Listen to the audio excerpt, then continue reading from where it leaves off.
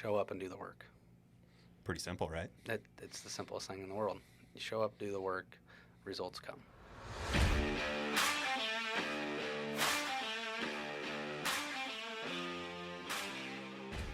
Hello, everyone. I'm Dr. Chris with Elite Health and Performance. Welcome to another episode of Becoming Elite Podcast. Today, I have Mr. Bo Cosens, who is a realtor here in Iowa, and he is personally my realtor. Hey. Look at that. Yes, Oh. he's got it all finished up. Right. Definitely had to have you on, kind of sit down and talk with you. I think you have a cool story as well, and on how you really work between being a realtor, owning an ice cream shop, Yep. but also having some investment properties. So you kind of do it all within the society and being within a small town here in Iowa. Yep. Not very many people are that way. No, I mean, if you're going to do it, go full bore, right? Right? You might as well put it all in there, especially, I mean, small town Iowa, we're talking Madrid is how big? 2,500, roughly 25 to 2,700, depending on which census you look at. Yeah. But yeah, I mean, and it's not too far outside the metro of Des Moines. So we're talking 30 minutes. Yep. We're, I find that I call it a bedroom community. You know, you're 20 minutes to Des Moines, but you're also only 15 to 20 minutes to Ames, depending on where you want to be. So you kind of get people that, one spouse works in Ames, one spouse works in Des Moines, you land in Madrid. Right. And then you grew up in Madrid too, right? Yep. My family moved there when I was in kindergarten. My dad got the principal job there. Okay.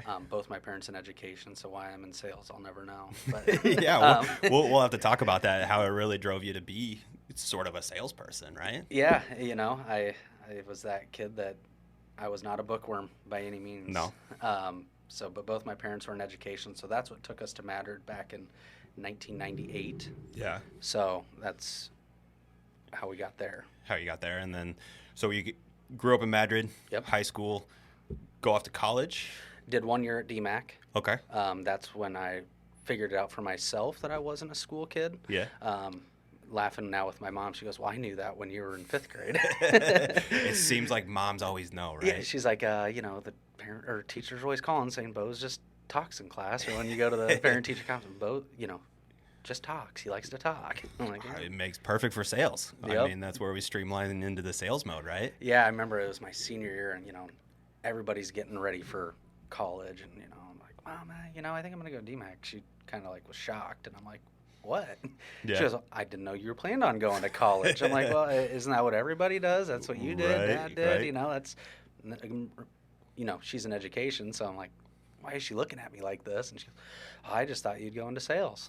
I'm Really? like, oh. So she kind of picked out that you were going to go into sales. Yeah, she's like, you like to talk, and figured you'd be a salesperson. So I did 1 year at DMAC. Okay. Get a call one day. I'm talking to my grandpa Dale. Yeah. My best friend in life. And, he's like, what are you doing? I was like, I just got living the college dream. What else? Yeah, I live in the college dream, sitting in my buddy's dorm. And he's like, no, what are you doing? And I'm like, I don't know how to answer this, Grandpa. Like, I guess it's 3:00 on a Thursday. I have a beer in my hand. I was going to say, you're sitting in a dorm room. Definitely have some sort of bush light in your hand or something. Yeah, exactly. And he's like, well, why are you going to college? Spending money. I'm like, exactly. And I'm like, well, that's what you do, Grandpa. No. And funny thing is my mom and dad were in education, but my uncles, everyone's in sales of some sort. My grandpa was a feed salesman, sold hog confinements. He's like, no, you need to get out of there. You need to go get a sales job. All right. Quit spending money, make money. Yeah. I'm like, okay. Kind of thought about it. Talked to my one uncle that he owned a insurance company. And he's like, I can probably get you set up with someone. So he got me an interview with a guy named Ames, and guy hired me on the spot. He's like, all right, you start tomorrow. Yeah, what was that in? Insurance stuff. Yeah, so he's like, I can get you an interview. And I'm like, okay, next. Did you have any clue of insurance world? No. Not a single thing? Were you looking like life insurance? So sold life, auto, and home owner's insurance and everything that falls under those umbrellas. Yeah. Never went back to college. The guy hired me the next day, it was a week later. I had the interview. How long were you at college then? Or at DMAC? Almost just a year. So just wrapping up almost the first year. Yeah, just wrapping up. I'm like, oh, well, got a job, making money. No sense of going back. Right, right. At least that bill at DMAC's a little bit lighter than if you were to go to like a university or anything like that. Exactly. So I mean, it was, I used my college or graduation money to pay for that first Yeah. year, and I was like, well, now I'm making money, so Right. still worked in Ames at that insurance office for 2 years. Ended up moving to Creston, Iowa. Okay. Sold insurance for my uncle for 2 years. Okay. Um, and then that's when I went into lending. Okay. So I was like, okay, Molly and I were living in Creston. I'm like, all right, I don't know if I want to live in Creston. Yeah. forever. Were you guys married at that time? We were engaged. Engaged in Creston. Yeah, we love Creston. Yeah. But I was like, we're finding ourselves going back home every weekend, hanging out with friends. I mean, you're 21 years old. Mm-hmm. All your friends are in college. All your friends are coming in out of college. Exactly. And like, God, we're going back every weekend. We're driving this. Like, what are we doing here? Yeah. And I'm like, it's, sales is sales. She works for a bank, and we both realized, like, we can get jobs anywhere. Right, right. Especially with you guys, like you said, with the insurance or her being in bank, like, yeah, you can go anywhere and get a job. Yep. And I was like, do I go up there and sell more insurance? And then I had some buddies working at Wells Fargo, and that's when I was like, okay, I'm going to go get a job there. Mm-hmm. And that's when I got into the lending. Okay. And I worked for them for 2 years, 3 years, and moved to another big bank in town. I was at a local branch selling mortgages. Okay. And So a lot of the mortgage side before. Yep, mortgage side was with Wells Fargo and with Bank of America. And I'm like, okay, I'm ready to, like, I knew the whole time, like, I wanted to be a realtor, but I Okay. wanted to learn Yeah. everything on this. Yeah. I'm like, so I get moved to that local branch in Des Moines because when I was at Wells Fargo, I was in a call center. So I did a lot of mortgages on the southern part of the country, Georgia, Florida, Alabama. And that was kind of my zone. And then when I went to Bank of America, now I'm doing all loans here. And my whole goal with going local was I'm going to meet realtors. I'm going to kind of see who's in this, who's doing it. Yeah. And I find out what I found out with a lot of, I hate to say it, but, they're in for the quick cash. Let's just get this deal done. Right. And I'm like, when I found out, like, the whole other side of Iowa is we're an abstract state, Okay. which there's only 2 states in the whole country that are abstract. So you have a lot of attorneys involved. Mm-hmm. So now I'm going, shit, well, I can't become a realtor yet. I want to learn this side of it first. Right. So my first non-sales job, I go and be a closer. Okay. Kind of like when we closed on yours, Yeah. you sit down and you got to go sign through all the information, Yep. everything like that. Exactly with that. But the whole backside of the closer that you don't see is working with the attorneys and, Yeah. that you get the abstract, you got to do the title work, make sure, getting clear title. Right. So I wanted to learn all that stuff. Took a significant pay cut to go do that. My wife was not happy with me. She's like, really? This is what you want to do? I'm like, well, if I'm going to be the best realtor I can be, I need to learn this side. Right, right. Because I didn't want to be, going from being a lender, I didn't want to be that realtor that ran away from the problems. Right. Like, if you just run away with them and put your head in the ground, you're not going to get anywhere and wait for someone else to clean it up. It's like, if I know it, then I can clean them up. Yeah. And then you're doing the best you can for your client. Right, absolutely. And I think that's the biggest thing too, is like you have that full realm of being like, hey, I know this information, I know the whole side of it and how it all works. And I think that's what came down to ours too. Like, you're like, yeah, every time I call you, be like, hey, this come up, and you're like, it's fine. I'll call the mortgage lender. We'll get through that. Like, you already knew that side of everything. Yep. And kind of built that confidence. Hey, we're going to get this done. Yeah, and I feel like if you don't know that stuff, you can set off a panic in your client too. Oh yeah. So a lot of times it's not a big deal, but if you don't know it's not a big deal, Right. it's going to raise panic for the client too. Oh yeah. I mean, you're making a big purchase, especially. Yeah, Like, I mean, this is someone's biggest purchase. yeah. So I mean, you're looking at lifeline of, hey, I'm moving into something that I'm going to buy and build some equity on and really own, and like all hell could go loose if it doesn't go right. exactly, and I mean it's no different than in your profession. I mean, you can bring someone in and just do the regular stuff, but in the end, like, to get them to where they need to be, you need to show them the stretches, Right. show them everything, and just transparency more than anything. Yeah. And they got to put in the work. too, Right. to get to where their goal wants to be at the end. Right. Absolutely. Yeah. That transparency is very key, especially. So you said you were going through the backside of everything before you became a realtor. Yep. So I had to be a closer. I was planning on doing that for a year. Did you go a year? I did it too. 2 years. I liked huh? it. Yeah, I liked, working with the attorneys, preparing the documents, and then my goal was to get my license, my real estate license, and be a closer at the same time for 6 months, kind of get my feet wet, try to get a couple under contract while I still have a steady Yeah. income, do both. And the company that I was with changed their mind on that and said, nope, you got to either do one or the other. Well, come to find out, they didn't want me to leave being a closer. Yeah. So I was talking to a mentor that was a realtor, and he goes, yeah, but if you're going to do this, you got to be 100%.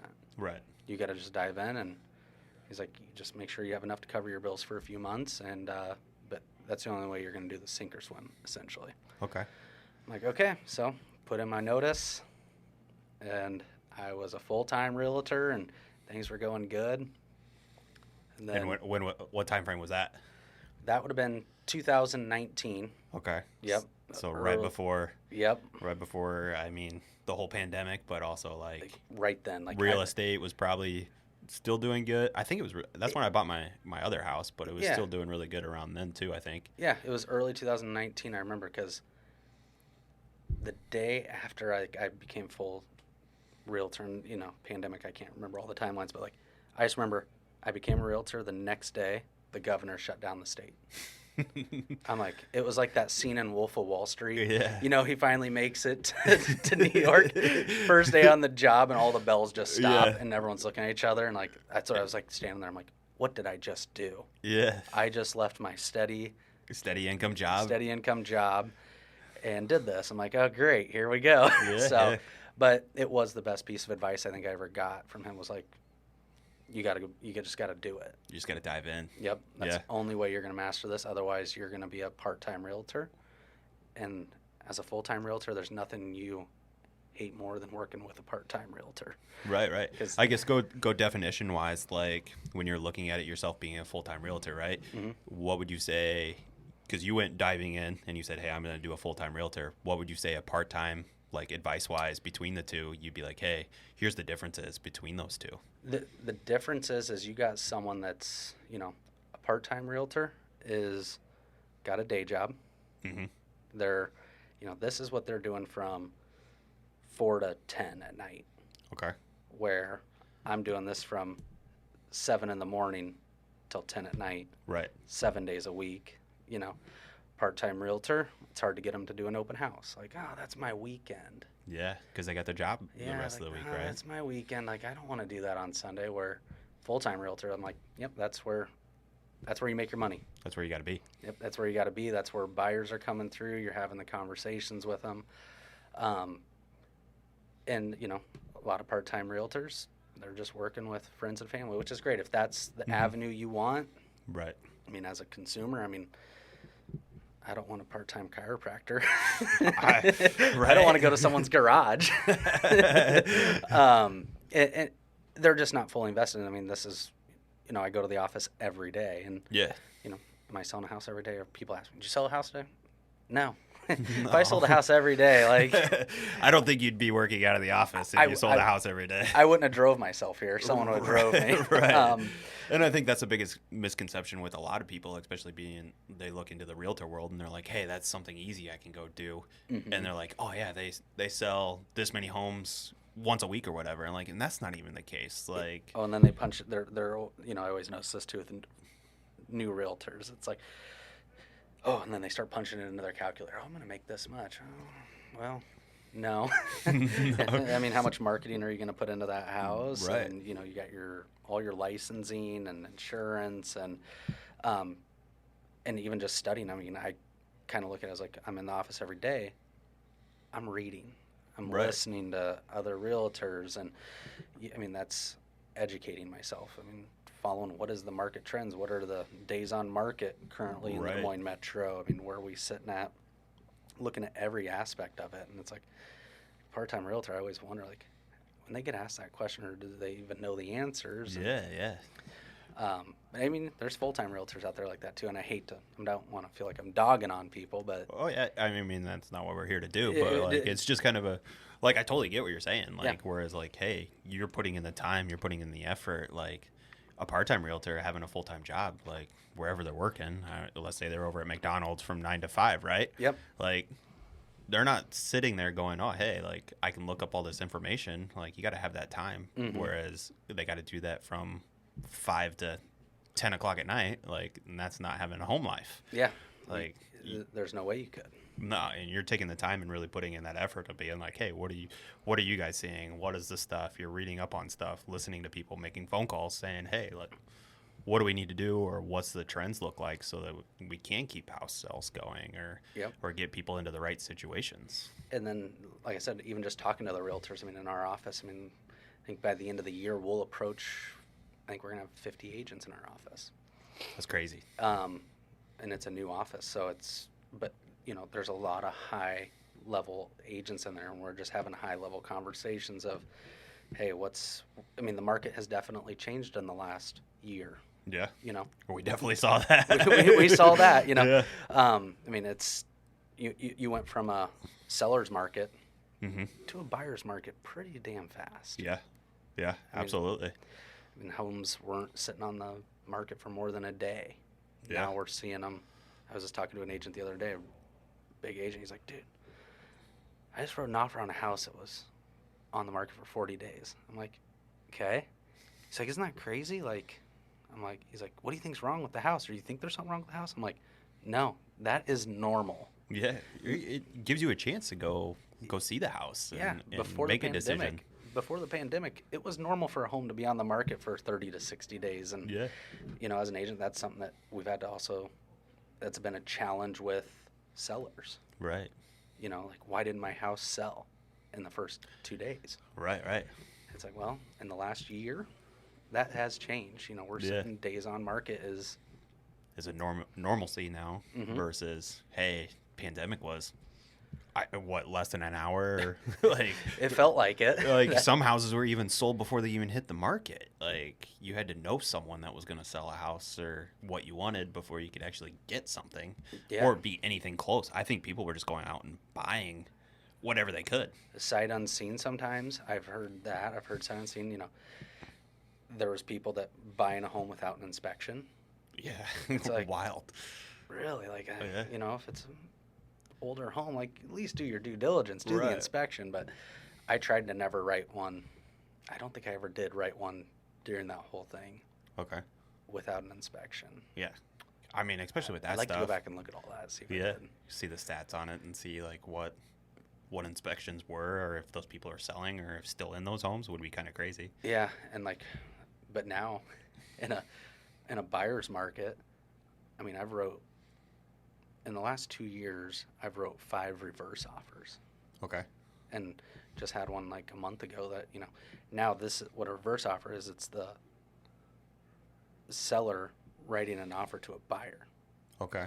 Which a lot of people have never heard of that. It's like, well, you got to be aggressive as a listing agent. Like, if someone's come through your house twice, there's obviously some interest in your house. So sitting there and just waiting for that offer, it's like, okay, let's be aggressive and go with them. Right. So, yeah, and I tell everybody, if you're a buyer, now's the time, really. Yeah. There's deals out there. There's a lot of homes out there. I mean, you look up and down my street, there's signs in the yard. Like, there's one across the street right now, and it's been on the market for maybe a month now, but, like, that's going to be a normalcy for people, and I hope so. And I think I watched them move out the other day, and it's like I was like, I wonder how long this house is going to sit empty now, because they were probably hoping to sell before they moved out. Yep. Kind of thing. So now they're going to sit on this house and see where it's going to end up. Yeah. I kind of like it. As crazy as that sounds, it's like, you know, are we selling as many houses? No. But it is getting the full-time agents in there. It's getting the buyers. You're able to educate your buyers on each house a little more. It's not that. Right. Got to make a quick decision here. Like, you don't have much time. Right. Well, like, you could do a showing and then walk out and be like, so what do you think? Yeah. Versus now you can be like, hey, you can go home, think about it, really look at stuff, and then kind of really decide what you want to do throughout the week or whatever, and then kind of go from there. Yeah, giving people time. I mean, that's something I I like to do 2 showings with someone on a house before they make an offer, if that's an availability. Right. You know, one thing I hate doing is showing houses on Friday night. I I try to avoid showing houses on Friday night, and that's not for my selfishness and wanting to do stuff on Friday night, but you know, taking someone to a house on a Friday night, their attitude is they're on top of the world. Right. They are on top of the world. The work week's done. They got the weekend full of plans. And I've seen people make rash decisions on a Friday night. Like, oh, yeah, we love the house. And when that happens, I've had it happen a few times, I go, okay, we want to make an offer. I go, let's come back here Sunday night and look at it again. Right. Get a different view on a different day. Why? I'm like, let's just come back on Sunday. They come back on Sunday. Now they've had their weekend. Now their mind's going, back to work mode. Right. They walk through and like, oh, I really don't like that. Oh, I don't love this. And I've had both. We're like, no, we don't really like it. I'm like, okay, you've thought about it, and now you've had totally mentally 2 different times of your week. Right. So, and then I've had people go, yeah, we still love it. Great. Now as an agent, I feel a lot better. Yeah. They truly love the house. There's nothing that I had against the houses, but you just see it in their eyes, like the week work's over. And yeah, I would totally agree with you. You hit that Friday and you're like, oh yeah, I get that dopamine rush of it's the weekend, I'm done working, like I have no worries until Monday, or those Sunday scaries come around, and then you're like, oh yeah. Whereas you could go into a house and be like, yeah, I absolutely love this place. Yep. And, so that's why I kind of love the way those markets turn. It gives you time to get your buyers in there multiple times. Yeah, absolutely. Yeah. When we look at that, we'll kind of backtrack here a little bit. So you became the realtor side. Yep. I know we talked through that full-time diving into it. Yep. Yeah. What has that journey been like to you? And then I know you have some investment side too, right? Yep. How did that kind of play into what you're doing now? As far as the investments, it's like, how do I sit here and tell people that investing in real estate is the safest route? Right. I mean, personally, that's the way I think. I know financial advisors will tell you differently. Put it into this, Roth, or okay. Yeah. One thing that I've looked at over the year, study shows, home values go up. Talk to your parents. Oh, we bought our first house for $30,000. That same house is now selling for $280,000. Right. So I just kind of sat back and looked at it that way of, okay, this is something that I can have rentals. They're always going to increase in value. Steady income as long as they're making the payments and getting a little extra. That's why I went the investment route versus dumping money into things that I can't control, and it's all played by puppets and that I can't control where that money goes. I can control what my properties look like, how my tenants take care of the properties. I can control that stuff. So that's kind of, and I love the investment route and passive income. Hopefully at some point in my life that's kind of my retirement plan I always said I had a goal of 40 doors by 40. Okay. Right now I got 6 doors. Okay. So 6 doors, I got a long ways to go. Yeah. I need 34 more doors in the next 9 years. Right. That set you up perfectly for retirement. And then, I mean, even looking down the road, like that sets up your kids and like the future, especially there, and being, hey, that passive income kind of thing. Yep. Yeah, absolutely. So that's my goal as far as investment, is that I like the steady increase in value. Yeah, you're always going to have your ups and downs in the market. Right. But Iowa, I think, is a pretty safe play. We're pretty insulated in Iowa.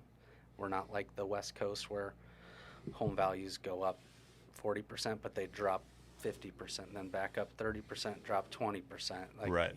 We've seen, the mass exit of California. Those home values are dropping. Yeah. Iowa's a pretty insulated, Iowa nice, good people. We just don't see that up and down. Absolutely. And you get, especially like you being the small town kid, having those properties, like people probably reach out to you all the time being like, hey, like, yeah, we know someone that has these properties. Like, you're going to get a good, heartwarming person versus going somewhere else. Yeah, all my tenants that I have right now, I have known for a very long time. Know them or knew of them for the last 15 years of my life. So Yeah. I got great tenants right now. I can't cry about that. Right. That's the dark side of investment properties too. It's like you can get a tenant in there. Like when I bought them and I inherited these tenants. Right.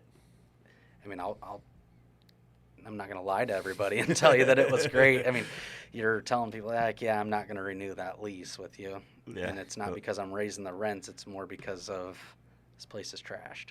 Right. But right. when you buy a property, you inherit them a lot of times. And that's what I did is I inherited some bad eggs. Okay. So it's getting them out, remodeling the apartments. That's another thing that I think investment people don't do enough of is, and there's another guy in town that does a fantastic job of it. And I was talking to him and I kind of have that same belief of if you're going to have an investment property, have it to where you'll live in it. If you won't live in it, how can you expect someone else to? Right. Exactly. Like if you don't, if you can't hold the standards to what you would be in, like why would anyone else want to live in there? Exactly. It makes it a lot easier when I reach out to them and go, hey, I'm seeing a lot of dog crap on the yard. Like, let's get that cleaned up. Right. You know, and I don't feel bad because I know I'm giving them a good property. Right. I'm not a slumlord. Try not to be. It's a constant battle of always trying to keep updates and. Absolutely. I mean, you got to keep updates. What you got, appliances, electrical, anything like that. That's really through the entire place, but also upkeeping like probably small things like paint and doors and locks and all that stuff to make sure, hey, it's all working, and then it's up to date for your clients. Yeah, absolutely. It's this last time when I got all the tenants out, I inherited. It's like, okay, I got 3 apartments here that did all new flooring, all new paint. All new exterior doors, all new bathroom vanities, just odds and end things, new outside lights. It's like, yeah, it's a lot of undertaking, but right, it's a lot of work. It is, but I love it. That's good, especially being in that realty world, right? Yeah. Like you tied that into there, and then you got your investments, so you're working hard there. Yeah. And then we throw in the ice cream shop. Yes. Yeah, tell me about that. Ice cream shop. Because that just started this year. You just took over that this year with your parents, right? Yep. Me, my mom, and my wife. Thank God for them. This was kind of a wild Bo idea. Yeah. That I had mentioned to the neighbor of the ice cream shop. Like, yeah, if you ever hear about it, like, let me know. Like, if, he wants to sell. He's a fan. This wasn't with any drinks involved, right? No, none. No? None. And the guy that we bought it from, I can't say enough good things about. I mean, he was phenomenal. He's still phenomenal. Helps me.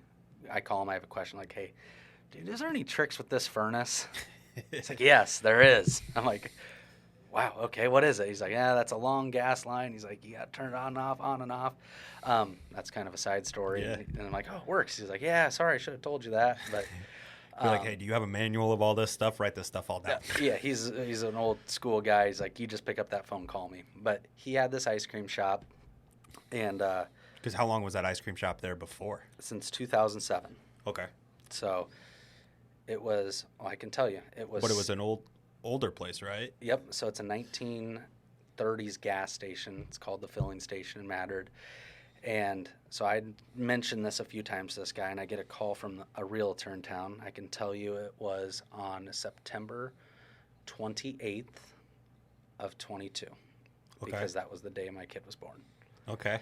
We're in the hospital. It's a wild day. Yeah. We're in the hospital.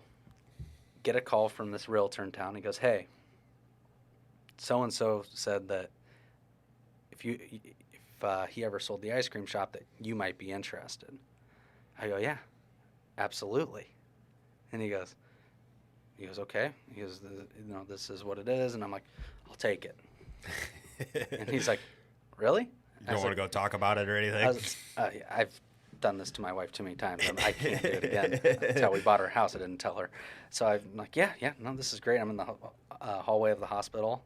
I'm all excited. I walk in and I'm like, Molly, guess what? Bought an ice cream shop. What ice cream shop? The one in town. The one that we're at every night of the week in the summer. She's like, you did what? As she's holding a brand new baby. And I'm like, yeah, this is exciting, isn't it? She's like, I don't even want to talk about this right now. Like, We have this to worry yeah, about. like of all things, I'm like, I know. Thank goodness it's September. We have a long time till ice cream season. Right, ice cream season's wrapping up. We'll be fine. Yeah, we have fine. We have a few months here. So then, my mom, I always joke about it. I was like, yeah, she retired and she was bored, so I needed to get her something to do. Right. I feel like retirement comes around that way, and then you get bored, and you got to have something to do. Yeah, like my your dad's the same way. Dad's the same way. He's got, 4 jobs now, and he's retired? I've never seen anything like it. He's like, yeah, I work here. That day I was talking to him, he's like, work here. Oh, and I work here. Oh, I do this. Oh, yeah. And I do this. And I do this. I'm like, he's like, oh, yeah. And then he was telling me, he's like, yeah, I work down at TSA at the airport right when I retired, from my regular job. I'm like, he's done everything since then. He's lived 2 lives since he's retired. Oh, yeah. I think 4. I was like, what made you go to TSA? He's like, it was great. He thought it was great, except for the 2 o'clock alarm clock. And he's like, yeah. I'm like, you drove from Guthrie to the airport every day? He's like, yeah, it was awesome. 2 to 3 o'clock in the morning, and then be on the floor at I think he said 3:34, and oh my god, and then work till noon, 2 o'clock, and then drive back, go to bed at 5 p.m., and then do it all over again. I know. Like, how do you do that? He's telling me all this. I'm like, did you do it because you got cheaper flights? He goes, no, that's illegal. Yeah, you don't even get cheap flights as TSA. What the heck are you doing? It's a governmental job, so it's not even a part of the airport. It's their own thing, security, and yeah, you don't get cheap flights, you don't get discounts on anything. Wow. I mean, he even had, I think, with it too. So you get the pre-check, right? Yep. You get a TSA pre-check. When he became TSA, they took it away from him because he was signed up as TSA pre-check, him and my mom, and because he was security there, and then when he quit, when he was working there, they took it away from him. So my mom still has TSA pre-check, but he doesn't. Why would they take that away from him? Because you're security and then you're working there. Wow. Yeah. I thought that maybe is the one benefit you would get is like, hey, we've done the background checks on him. He checks out. Like he's good. Yeah. Nope. He's got some wild stories too of I think he was on the news one time for he was in the background of the table and they showed everything and he was showing the news crew everything that they pulled out between machetes, throwing knives, bunch of liquids and lighters, perfumes, all this stuff and it's wild how people are oh, I didn't even know that was in there. And you're like, yeah, that's in there. Yeah, that doesn't accidentally Those throwing fall knives are in there? Yeah, sure. Hey, that's where I store my throwing knives. It's just in my suitcase or my carry-on. Yeah. Or just stories of people. I mean, Iowa is a carrying state, so you can carry, and people would carry into the airport. And it's you can't do that. This is governmental grounds, no matter what. But people don't think that. And then they'll walk up to TSA and it'll trigger it all off. And they're like, hey, you carrying? And they're like, well, yeah. They're like, I have my card and everything. And they're like, you can't do that. but I'm flying to Arizona and they're a carry state. Yeah. They're like, you got to put that underneath or you gotta take that back to your car. And they're like, no, I don't. They're like, you got 2 options. 1, you can take that back to your car, no repercussions. Or 2, you see the sheriff over there, we can go get him, and you're going to go spend the night somewhere else. You're going to go to the Polk County bed and breakfast. You don't want to go there. No. But yeah, people would do it all the time, and it's crazy. But yeah, being retired, he did that, and it's wild how he did it. But your mom was ready. Oh yes. Ready to be an ice cream shop? No, she wasn't ready. She was on board with it. She's like, yeah, let's do it. I mean, it's that small town.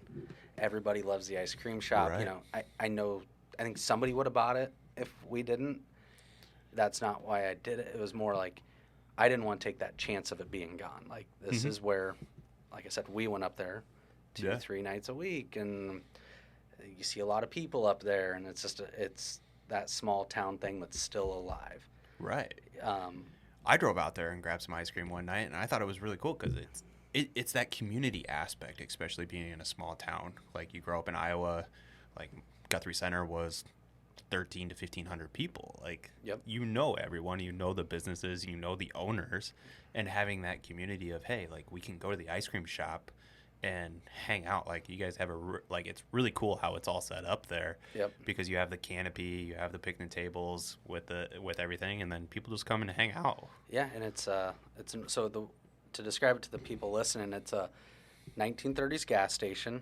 Like there was just like the one pump that you pulled in under the canopy. Someone would probably come out and fill your gas, and that's where. So that door is where you walk up and order it from. Yeah. Then what we changed was instead of ordering and delivering out of the same window, we went around to the side, about 15 steps away, and that's where you pick up your ice cream. And then there's a big concrete patio off on that north side where you pick up the ice cream. Yep. So, and we have 8 picnic tables there. And, another thing I really liked about it is like, real estate can be stressful. Mm-hmm. Things don't always go the way you want. Right. Bad things happen. Seller or buyer can't get financing. You have to deliver bad news to sellers. It's not all what it's cracked up to be in the big. Right. You only hear about the good things with real estate. There's a lot of bad things too. Oh yeah. A lot of bad things in all sorts of jobs. But no. Nobody frowns when they get ice cream. Oh, Everybody is. It's the one business when I you figured get ice out. cream, except being the owner now. I've heard you talk about a couple things. That's it. The consumer's always happy. Generally, unless they get not enough or too much. But 99% of the time, it's the one business I figured out. Most of your consumers are always happy when they come get ice cream. Oh yeah. So, I mean, you're going to order something you want. Exactly. Like, I'm not driving somewhere just like, hey, I got to get this. It's like, no, I want this, and I want to go get ice cream, and I want it to be good. Yeah, and it's fun. I got what do we have this year? 15 high school employees ranging from 14 years old to 18 years old. So that's fun working with the younger generation in the community. It gives the kids an opportunity to have a job in the community. I think that's a big thing, especially here in Bonnarant. Like, those younger kids can't really find a job just because places don't hire unless you're 16 years or older. Yeah. I know Fairway here, they hire kids, I think it's 15 maybe. I think my brother started at the one in Grimes, and I think he was 14. He could be a bag boy or girl, but he was a bag boy there, I think at 14. But yeah, there's not many jobs out there you can go and be a younger kid and want to make some money. I mean, you're paying for gas and driving, and you don't have an opportunity. And now, like with the ice cream shop, you said you had 15 kids. Like, that's a huge opportunity for people to be like, hey, where do you work? I work at the ice cream shop. Yep, I work at the filling station in Madrid, and I've had some parents like tell me like, hey, this is awesome. Like, I don't have to send my 16-year-old girl to down to Des Moines in her car to go to work. Right. And, it's something in town. They're not spending gas money, not having a young driver on the road every day, driving to Des Moines. Right. So it's just another opportunity in town, which is another thing I love. And my mom, my wife, I handle the employees. My wife handles all of the scheduling, and my mom handles all of the ordering of materials. So we've got it worked out great. It's a nice little flow. Kind of managing everything. Yep. And not have to worry about all of it. Yeah, exactly. Like, I think that would be, I couldn't do it without them. That's for sure. I mean, and I get up there every morning. We poured a whole new parking lot this year. I think after you might have been there. Maybe. So we ripped out all the concrete of the old concrete and put in new, and I didn't take down this tree. It was the only tree in the uptown, and when we were pouring it, like, hopefully no one from the city listens to this, but they wanted us to take it out, and I told the guy, that was pouring, I'm like, no. I'm like, this is the only tree in the whole uptown that gives shade. He goes, what do you want me to do? I said, pour around it. He goes, well, the city guy wants me to take it down, and I'm like, no. We're not doing that. I said, is he paying for the concrete? No. So then go around it. Do what I want. Yeah, and then I had this constant battle with this tree the rest of the year. It started losing its leaves early, and so I'm like up there every day, like leaf blower and everything. Leaf blowing. Then I finally realized like I'm blowing these leaves out into the city's street. Well, it's just a tunnel up there, and I'm like fighting these same leaves every day. You're like, damn, I should have taken the tree down. So then I got smart, and I got a leaf sucker, and it grinds them up, and I haul them out. But no, it's it's been a learning experience, that's for sure. Yeah, because it's Totally 1 year, different right? business, yeah. totally different aspect versus the sales of realty and investments versus now your ice cream shop. Yep. Trying to bring in, you're still sales, but you're trying to bring people in. Yeah, and staying innovative with it, adding things to the menu. It's something we're going to meet in January. It's like, okay, what we got to prioritize here? Like, what things do we want to add to the menu? And we have a few girls that are just fantastic, and they've been there before us. Like, this is like going to be their 5th year. And that probably really helps too. Like, hey, you've been around, you've noticed things. Like, they trained us. Can you give us some advice? Yeah, they trained us. Like, I mean, I tell people all the time, when I bought it, like, I didn't know the difference between a malt, a shake, and we call them a flurry. Same thing as a blizzard, but trademark things. You can't call it that. So we have a flurry, shake, and a malt. And I'm like, I didn't know the difference between them.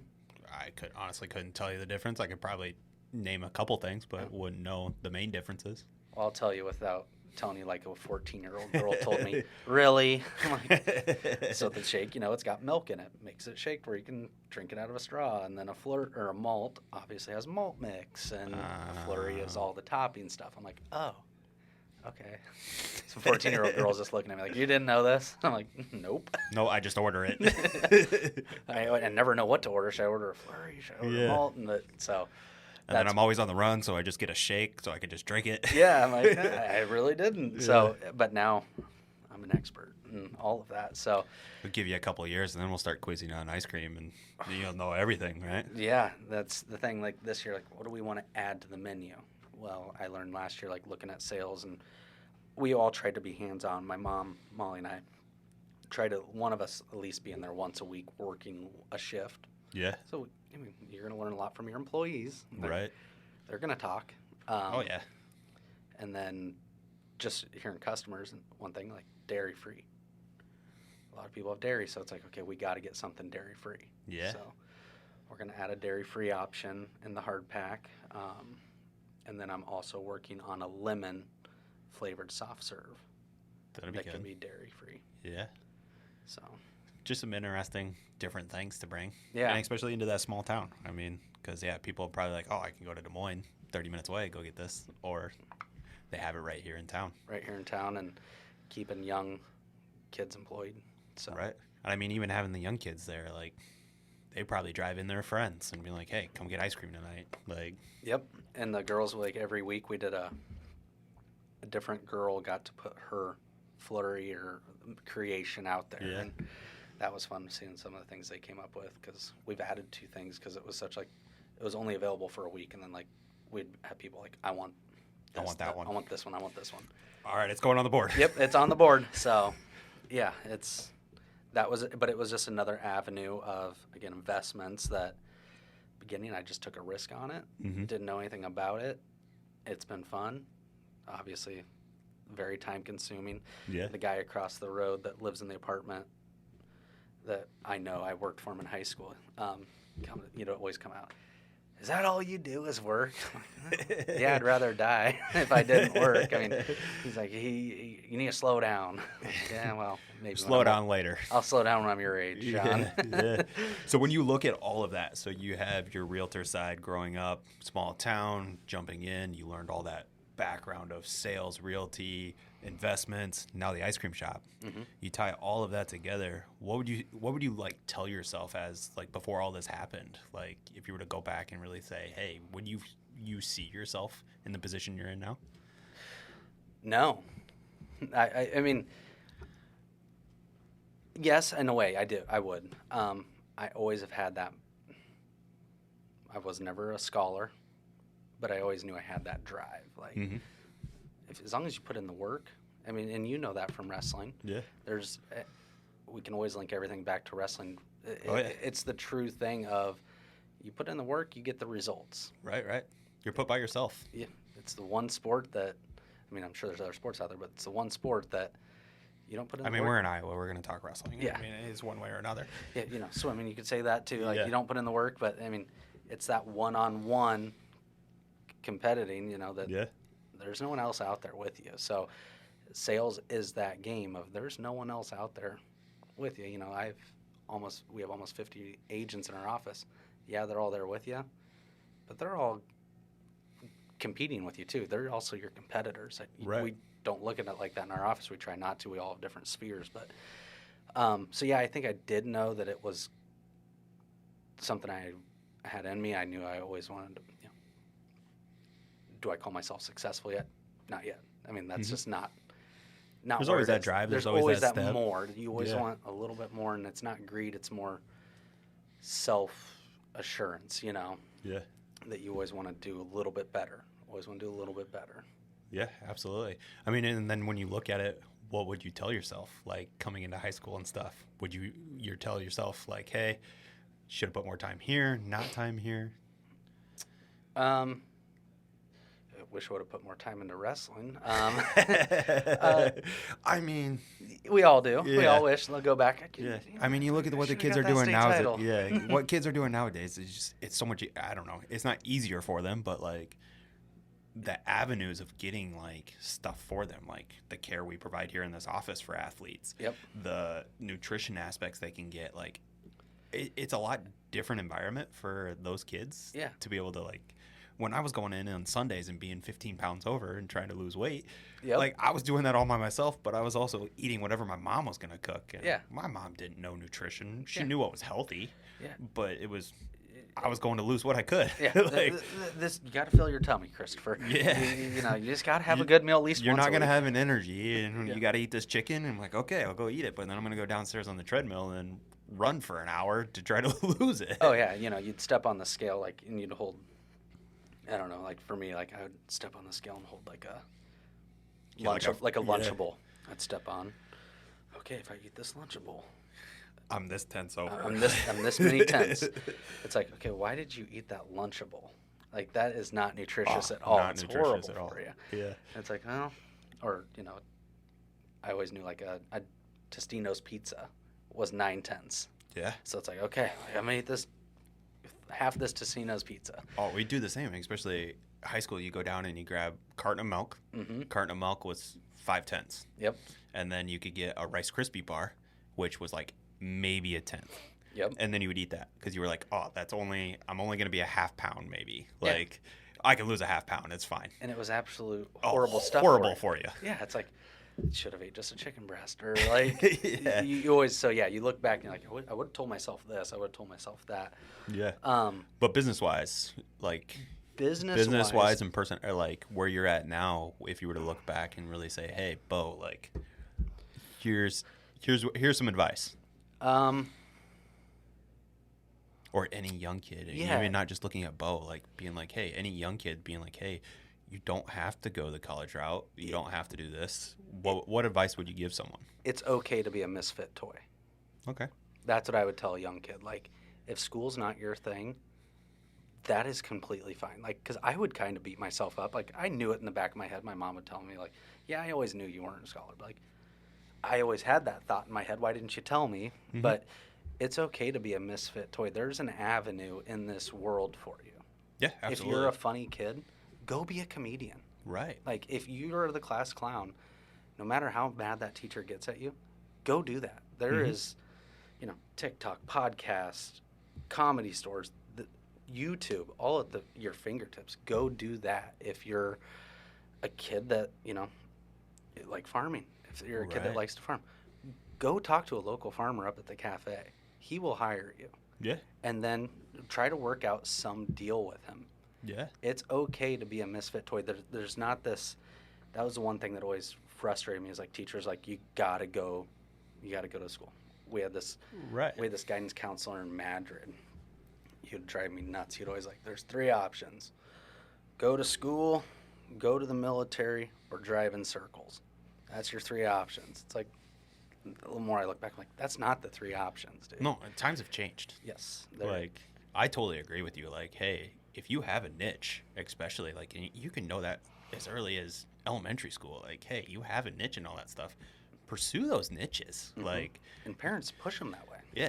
Like, going to college and getting that 4-year degree, like, I don't even know the stat. There's got to be a stat out there that says, here's how many college kids with their degrees are actually working in their field of degrees. Yep. Like, I luckily am one that is working in that field, Yeah. like with my athletic training. I got my athletic training degree from UNI and then went and got my chiropractic doctorate at Palmer. Like, Yeah. I am utilizing both of those, which you don't see that very often No. now. Like, you see someone, hey, I went and got a communications degree. Yeah. Are you in communications? No. No. Like, I don't deal with any of that. Yeah. I have a good buddy that, he's a criminal law degree and worked with juveniles for a few years, and like, for me, I'm like, now he's got a sales job and he loves it, and I'm like, so that's would be my advice, and also to parents. Like, I see parents pushing it hard. Like, yes, you want them to get their homework done. I agree. Like, that's no matter what. That was something my dad always told me. As long as you get your homework done, you ain't gonna fail. No. You're gonna be fine. Like, Yeah. just give it the effort. Always give everything an effort, Mm-hmm. but don't hold them back on. They're misfit toys, what I call them. I mean, I always say salespeople are all misfit toys. Like, someone along the way, like, we like to talk, we like Right. to, but so yeah, that's my advice to a kid is, just because they tell you this is what you got to do doesn't. Right, and that's just like you said, like, hey, being a lawyer, that guy being a lawyer or whatever, like the guy that came and did my cabinets the other day to fix one of my cabinets, he was a criminal law lawyer. Really? Like, and he does cabinetry stuff for fun. Like, he's like, I still do that stuff, but like I kind of just do it whenever. But he was like, yeah, I just didn't want to keep doing it all the time, so I did what I needed to, and then now I fix cabinetry. He likes to work with his hands, and he's like, this is what I want to do. And I feel like it was a full conversation with him. It was like an interview almost. Yeah. Because like he was like talking his life, and then he's like, can I ask you about your life? And then telling him about my life, and I was like, oh, okay. Yeah. Like I felt like I just went on a first date with him, but I was like, whatever. He'll be on the podcast next week. Yeah, he'll be in next week. He had a cool story, like a couple cool stories about he's like, don't worry, I didn't work with any like murders or anything like that. He's like a lot of just smaller criminal justice stuff, and I was like, oh, that's kind of cool. Like, I'm sure you got a lot of stories. Oh yes, that was the other thing like that drove my buddy up. He's like, the stories you hear. He's like, I don't want to do it anymore. I'm like, then don't. He's like, Right. That's what my degree's in. I'm like, You don't have to. At that time, I'm like, dude, you're 27. Yeah. You got until 65 to retire. You really want to do that for Right. all those years? Right. I see the stress on you. Yeah. And it doesn't matter where you're at. I think the biggest thing, too, is you're doing this and being the successful person, I'm going to call you successful, in Madrid, Iowa, which is a small town area. Yeah. Like, you can do it wherever. You don't have to be Des Moines, Chicago, St. Louis, California, wherever. Yeah. Like, you can be successful and grow where you want to be anywhere. Yeah, absolutely. And that's one thing I tell new realtors all the time. Like, I will tell you, like, what works for me because we have a different sphere. Right. There is, what are we approaching now, 700 or 800,000 people in this metro. Oh, shit, I don't even know yet. I will never know 700 or 800,000 people, so... And if you hit 1%, you're living a very successful life. Absolutely. Absolutely. I mean, 0.5% of them, and it's like, there's a girl in our office that she's been doing this a year or so, and she kept asking me, like, well, what are you doing? Like, how do you work your sphere? Or what should I do? I'm from Council Bluffs area. And I'm like, where do you live? She's a realtor, and she's like, well, I rent in North Ankeny. I just moved there like a month ago. I'm like, how many buildings? 10. I'm like, have you knocked on every single one of those doors? Yeah. She goes, no. I'm like, start there. You're in an apartment complex. I said, and then you need to go buy coffee once a week and take it to the receptionist at that apartment complex. Why? I said, because she is the first person that knows when someone's getting ready to move. Right. I said, you become her friend, then she's going to tell him, like, well, if you're wanting to move, like, you should call this girl. She lives here. Yeah. And she's like, I never thought of that. And I'm You like, leave business cards. You talk to people. mm-hmm. Like you always say, you got to go out and shake babies and kiss hands, right? Yeah, exactly. And I was like, she's like, what? Why are you telling me this? Why don't you do it? I said, because I don't live in that apartment complex. Like, Yeah. I'm not going to go make friends with the front desk girl. No. I'm going to look like a crazy, cheap car salesman, the used car salesman. And I said, so you live there. You have a reason to go talk to her. Yeah. I mean, it's even just small stuff, like you said, going to get the coffee, bringing them a coffee, but just going to a local business and be like, hey, I'm new to the, like, no one cares. Like if we had someone walk in and be like, hey, I'm new to the area, I'm a realtor in the area, would love to give you my information, like, I'm like, yeah, sure. Absolutely. I already know Bo, but I'll put your card out here for a little while. And Yeah. until someone else walks in, then I'll put another card there. Like, and we've talked about this in the office before between me and my associate and being like, hey, like, you got to go to local businesses because then there's always going to be someone else that comes in and then they're going to knock you down on the list. Yep. So then, hey, if a realtor, you walked into my office today, hey, I'm Bo, I'm a realtor in the area. Just want to give you my information. If anyone needs anything, like, give them my stuff. Okay. Tomorrow, someone else could walk in. Yep. And be like, hey, I'm Jack, realtor in town. But all right, Jack, you're next on the list. Like, yeah. Like, Bo just got bumped down. Bo's out. Yeah. Like, you never know. You gotta. I call them drop bys, and like, you know, I drop in at my insurance agent's office a lot. You know, he's my insurance guy. Yeah. But I stop in and I see him. Right. Because, you know, he knows when people are going to be buying houses or getting quotes. You know, usually it's a little late at that point, but I stop in.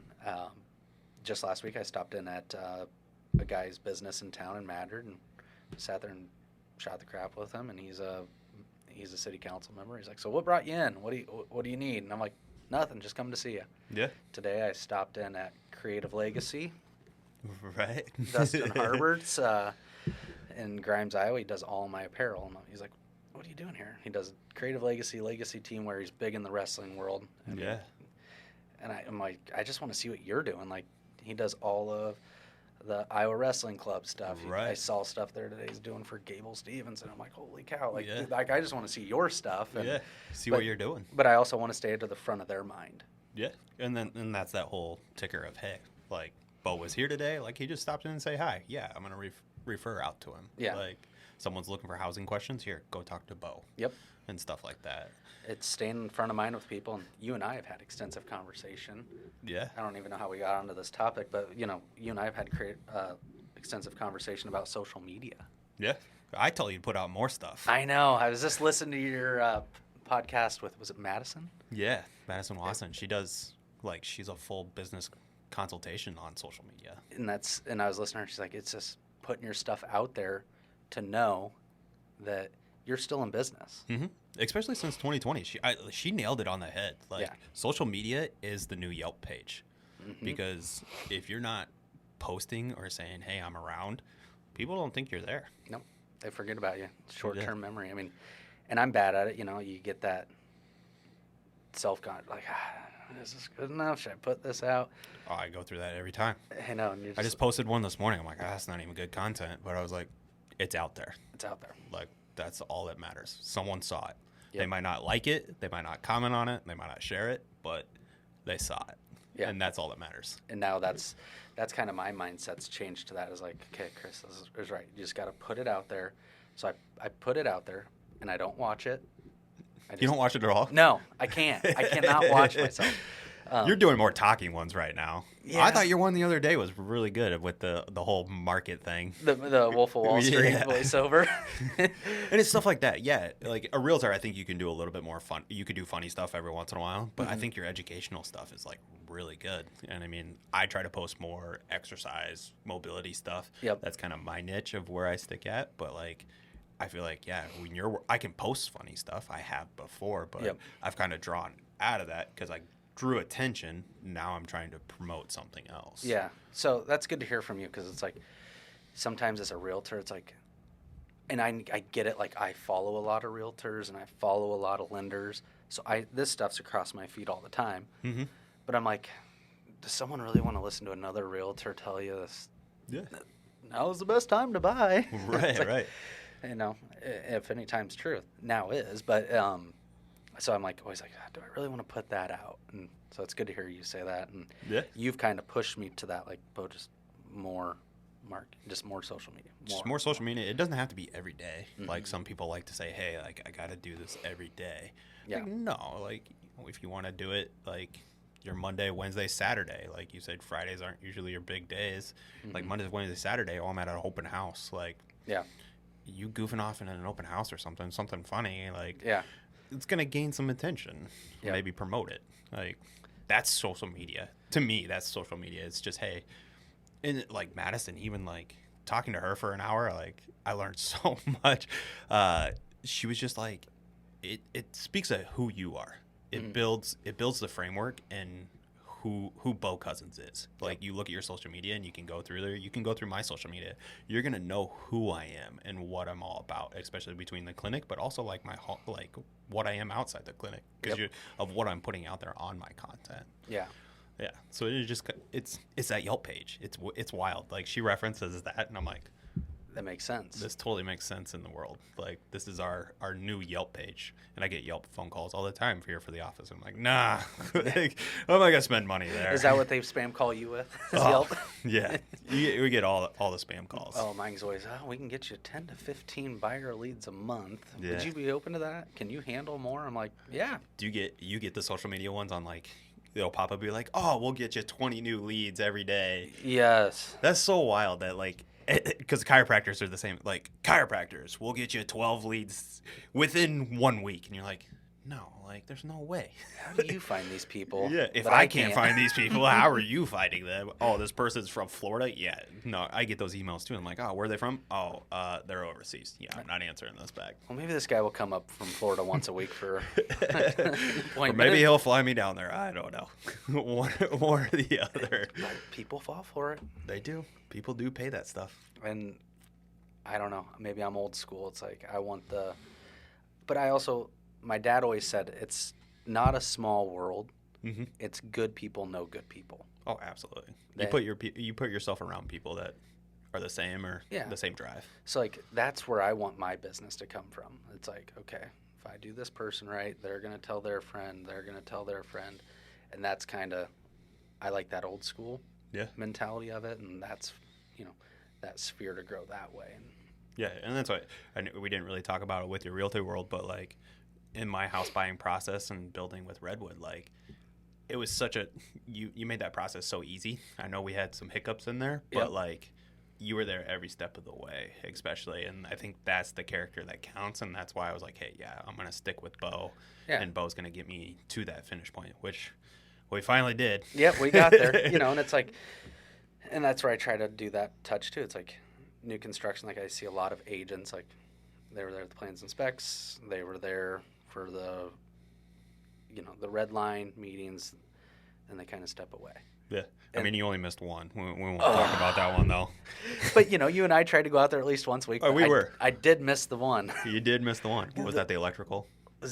No. I was at the electrical trim. It was a trim walkthrough, which was an easy one. Yeah. Like, that one wasn't as bad. Do you know how many times I checked my calendar this week? I was like, I'm not missing that damn podcast. Chris will never let me live that down. Right. Oh, yeah. But it's like, this is new construction is so much fun, too. Mm-hmm. There's a lot of experiences with it. Oh, yeah. Yeah. I can't say enough good things about Redwood. I mean, they knocked it out of the park as far as the process. I mean, time frame, everything with it, making small changes, like stuff we talked about at the beginning, but then like it showed up different. We're like, hey, like, that's way different. Like, like, both of us would be like, no, we talked about that. Like, and then we're like, oh yeah, we're good. Like, we changed it. Yep. They're like very, very good builder, and I highly recommend them to everyone, especially in the realtor world. Like, they do a fabulous job. Yeah. How much did you say they were paying us to say that? Yes. We'll talk to Adam later. It was a sponsor. I didn't wear a shirt today either. No, I mean, it's just it was fun, and that's where I'm like, I always tried to make it a point, especially once we got to frame stage and rough ends. It's like, okay, Chris, let's go out there. Let's try to be out there once a week or once every week and a half, because it's fun to know. You to see what's under the bones. Everybody sees a new house, and it's like, it's a new house. You see it from dirt to the new house. Whereas if you could see that process and see, oh hey, like, I'm like, this is why this place is really like warm and cozy. It's quiet because like I saw the inside structure of it and know the aspects of it. You got pictures of it. Yeah, so I know where all my electrical runs. Like, when you want to go hang a photo, you can look back at your pictures and go, okay, that stud is within this little range. It's, I mean, I'm not going to go in my office now and be like, oh, hey, this one corner, because there are 30 cords that run through this. Yes. Like, I'm not going to electrocute myself your there. Electrical comes in, and so, like, that's the fun process that I get to see and do every day. Like, that's the fun stuff. Yeah, absolutely. New construction, I would say, is probably one of my, in this business, the most fun things. Yeah. Because, you get to see someone's vision come to life. Right. When we kind of like wrap it up here, when you look at everything, what's next for Bo? Keep growing the real estate. I mean, that's number one there. As far as professionally, that, really the course I'm on, I mean, want to keep growing that. Keep The growing ice cream shop. Keep growing my investment portfolio. Keep going with the ice cream shop. I got a mechanic shop right there that I got to figure out what I'm going to do with. Right next to the ice cream shop, it's an old mechanic shop that right now that's what I've been spending a lot of time on. Trying to figure out what's going to go in there. What's going to go in there? It's nothing I'm going to run, but it's like I got to get it built out for someone to want to come in. Yeah. So my mind's always racing on that. It's like, got to get a good tenant in there. Like right now I have a tenant in the ice cream shop. She's selling coffee. Okay.